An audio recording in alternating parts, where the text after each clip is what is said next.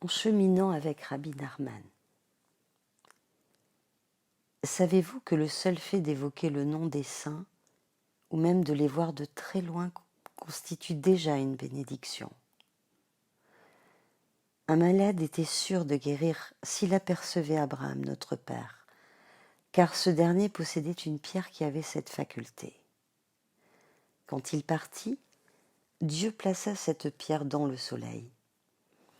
C'est pour cela, disent nos sages, qu'aujourd'hui encore, nos malades se portent mieux le matin et qu'il est préférable de les visiter le soir pour avoir une idée véritable de leur état. Je voudrais profiter de l'évocation de mon père pour parler d'un grand saint qui sauva le monde de la torpeur du mal, Rabbi Nachman de Breslev.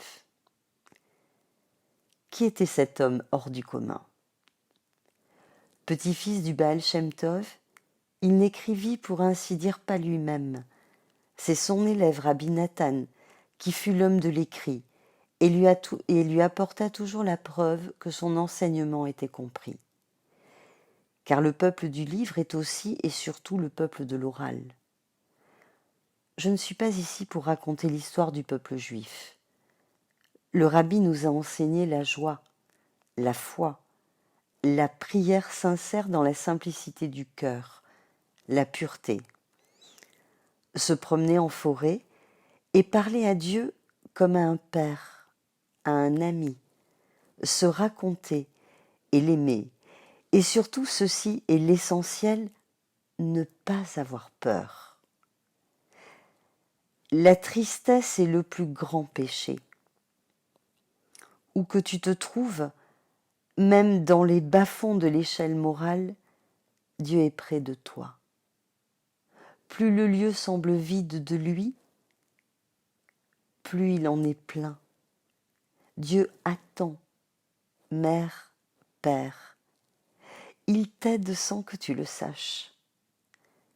Si du fond de ton abîme tu cries vers lui, tu peux te retrouver en un instant dans les hauteurs les plus pures. Tu as péché, oublie-le, et dans la joie serre ton Créateur. Et dans un moment propice où tu te sentiras fort, tu épancheras ton cœur, car l'arme la plus redoutable de Satan, c'est le doute. Tu n'es pas digne de continuer à être près de Dieu après ce que tu as fait. Au contraire, puisque tu as fait cela, Dieu s'est rapproché de toi pour te protéger des attaques du mauvais penchant et de toi-même.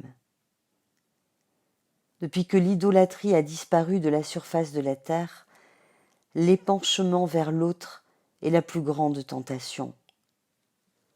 L'homme ne faute que s'il est pris par un esprit de folie, disent nos sages. Or, la folie la plus grande aujourd'hui consiste à aller vers l'autre qui vous est interdit, ou de penser à l'autre en faisant une chose interdite. Notre saint Rabbi a fait sortir de l'immense pharmacie que sont les psaumes de David un formidable remède destiné à se protéger de cette faute, mais aussi, si elle a été commise par vent de folie ou par inadvertance, à l'effacer.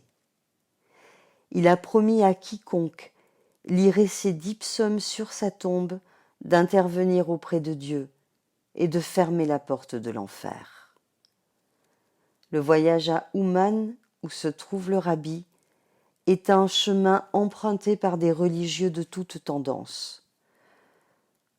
Non parce qu'ils ont fauté, que Dieu les préserve, mais parce que les fruits de ce voyage nourrissent et irradient toute l'année, car le Rébé ne laisse pas un seul de ses visiteurs sans que le souffle de Dieu l'ait traversé.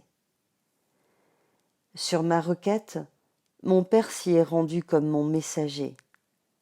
Je l'ai chargé de prier pour moi sur la tombe du saint, et comme ce n'est pas dans mes habitudes de réclamer quoi que ce soit, mon père s'est exécuté aussitôt.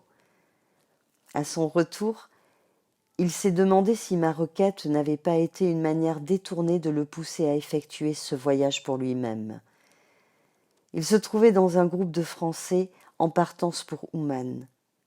Plus de 6000 hommes venus du monde entier devaient faire de même en cette veille de Rosh Hashanah. Ils visitèrent la maison du saint, simple témoin de la pauvreté exemplaire de celui qui se sait de passage. Rien de superflu, le minimum pour les besoins du corps. Puis après avoir donné la tzedaka aux pauvres, chacun psalmodia sur la tombe du Rébé les 10 psaumes au pouvoir secret, dont les mots résonnent profondément en nous. Je bénirai, heureux, son chant est avec moi. Splendeur, louange, Jérusalem. On dit que le Messie viendra grâce à ces 10 psaumes. Au lever du jour, comme pour réveiller le premier rayon du soleil, les hommes s'assemblèrent autour de la petite synagogue attenante au cimetière. Ils débutèrent la commémoration de la création du monde avec le souffle de celui qui enseigne que le vent, les oiseaux, les arbres, la voûte du ciel sont autant de réceptacles de la parole adressée au Très-Haut.